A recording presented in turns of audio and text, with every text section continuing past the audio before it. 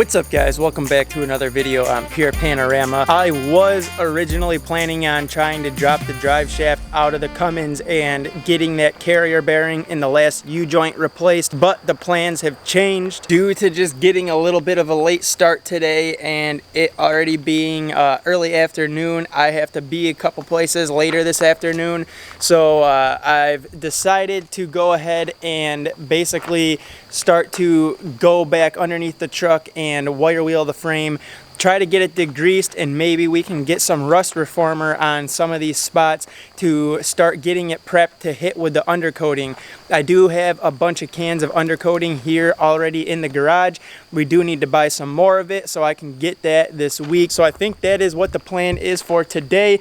We're gonna work on getting this thing cleaned up, getting the frame prepared for the winter time. As we sit here on September 3rd already, with fall creeping up on us really quick and winter just around the corner, we definitely have to take these steps and get it done. The carrier bearing and the U-joint are on the list. We also have to try and get on, I feel like a broken record repeating this and not being able to get it done yet, but we also have to get that right front passenger side wheel hub and ball joints and all that crap knocked out too, so that that is done. So there's plenty of crap to do. The temperatures here in New York look like they're going to drop down a little bit starting next weekend, so we'll have some good weather to be out here laying underneath the truck, wrestling with these parts and getting things done. It has been brutally warm here for the last couple weeks, and really not the most comfortable weather to be rolling around on the ground in a stone driveway changing parts. Although that is no excuse for not getting anything done, but that is a huge reason as to why I was doing some stuff that just was a little bit less involved, as in tinting the taillights, color matching them,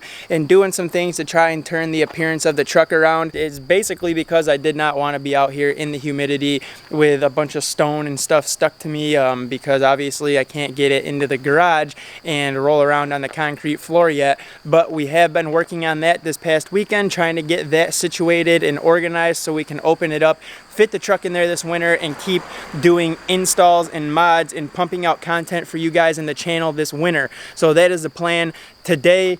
Like I said, we're just going to get down underneath there, start hitting it with a wire wheel, going to town, get some rust reformer on it, and see if we can't even maybe start to apply some undercoating. Enough talking, let's start working.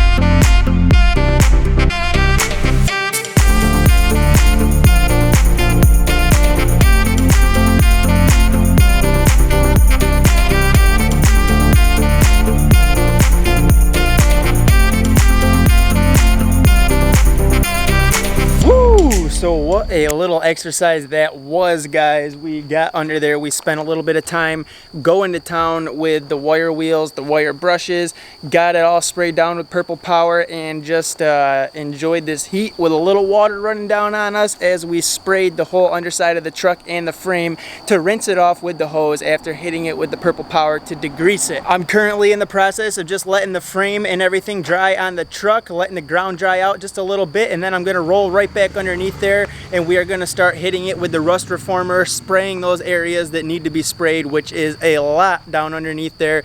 And once that stuff dries, I'm sure it'll be dry for the most part by the time I get myself worked all the way around and hit it with the rust reformer. So once we are finished spraying that, we'll go right back to the beginning, start over with some undercoating, and see how much we can get done. I think I have 5 or 6 cans of the undercoating in the garage, so we'll see if we can't get through the majority of them, if not all of them, get it all applied, and then whatever is left over, we'll buy more cans this week and hopefully be able to finish this up here pretty soon and have this little part done and over with so that we can move on to the bigger and just harder mechanical jobs that need to get done before the winter months are here.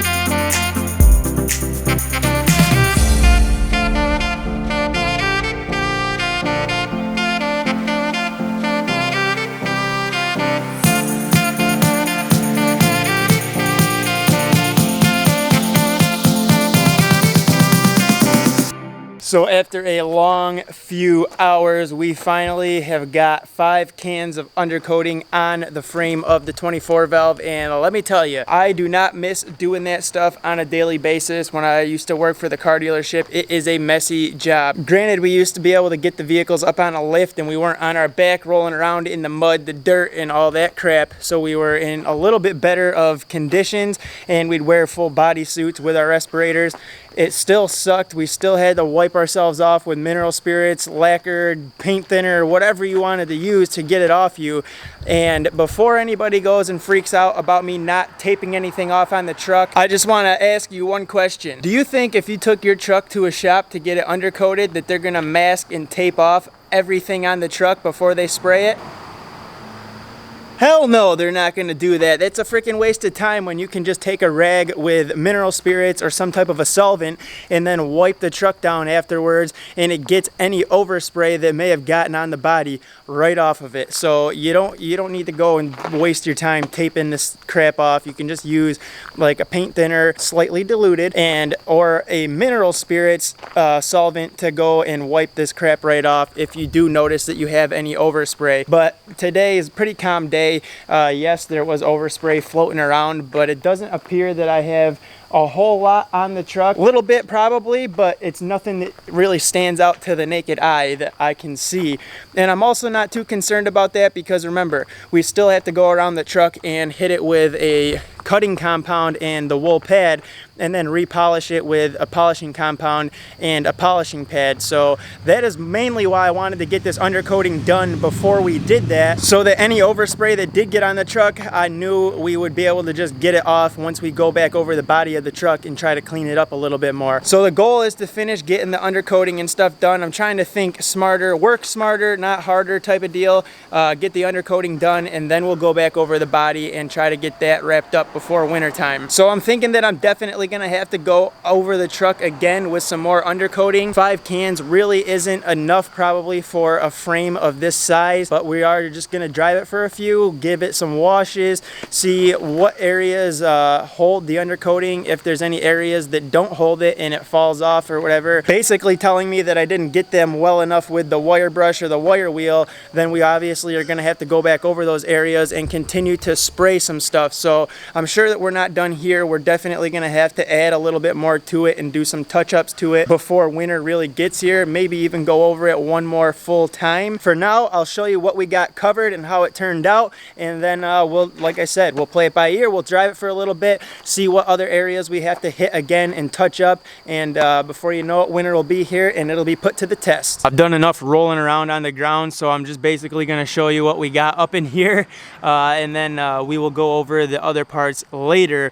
But as you can see, we got the leaf pack all done. We got the frame all done. I tried to get on the back side of the frame as much as I could from underneath the truck, but obviously there's some areas that are pretty tough to spray, as you can imagine, the areas where you have your gas tank and all that crap. So there's definitely some spots that aren't going to be able to get hit really unless I were to pull the bed off and then drop the tank and really just dissect this truck, which isn't gonna happen.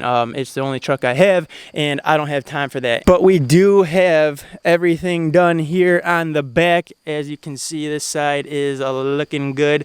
Actually, that's a little dark, but take my word for it, once we get it out into the driveway and stuff, I'll be able to show you a little bit better. If we get down here and take a look at the axle, the differential, you can see everything. Yes, we got it. We're sprayed. We're good. Oh, I see some light spots right there. We're definitely gonna have to hit that when we do our touch-ups and stuff. So as you guys can imagine, you're spraying so much surface area with this undercoating when you're doing this job. It's not realistic that you're gonna get every, come on, you damn camera, focus. It's not realistic that you're gonna get every little bit of the frame. So you're definitely gonna have to most likely go back over it some more and hit some spots with some touch-ups. I think this side over here is a little bit better. Yes, you're gonna see little spots on the frame basically that are still raised up. It's just the wire wheel wouldn't take them down, and I wasn't gonna bust out sandpaper to sand that shit smooth. It needs a lot more than that, dude. I'm not gonna worry about making the frame look that mint. As long as the frame is protected, then I'm happy with it. I'm not going to worry about trying to make a show frame on this truck. So yes, you're going to see those little spots, but I can assure you that all the loose crap was knocked off so that this stuff would adhere to it. But that is it. As you can see there, we got our control arms done. I did get the back of the front differential and the front cover of it. I didn't really do too much up in the front because we do have our oil leak. So as you can imagine, I don't really have to worry about undercoating too much up there. What I really have to worry about is tracking that oil leak down and getting that fixed. But on the other hand, it's kind of nice having it because, well, it keeps things protected. I did get a lot of the underside of the cab up through here too, just because it was starting to get some bad surface rust and everything. So there you guys go. That is the first spraying of the undercoating on the frame of the 24 valve. And I mean, as you can imagine, if it wasn't your daily driver truck and you had another truck to drive or another vehicle to drive, you could certainly take your time on it a little bit more and probably dissect it, pull the cab off, pull the bed off, and really depending on how far you wanted to take it, you could just do a much more thorough job. This being the only truck here for me to drive that I have, I am just trying to get the bulk of it covered and protected. Obviously, it's not realistic for me to be able to get into every spot on the frame, but as long as we get the main areas covered, then we're in good shape. That is gonna do it for this video. So as always, guys, smash that like button as you do. If you're stopping in for the first time, you're new here, hit that subscribe button, join the family, and I will see you in the next video. Peace.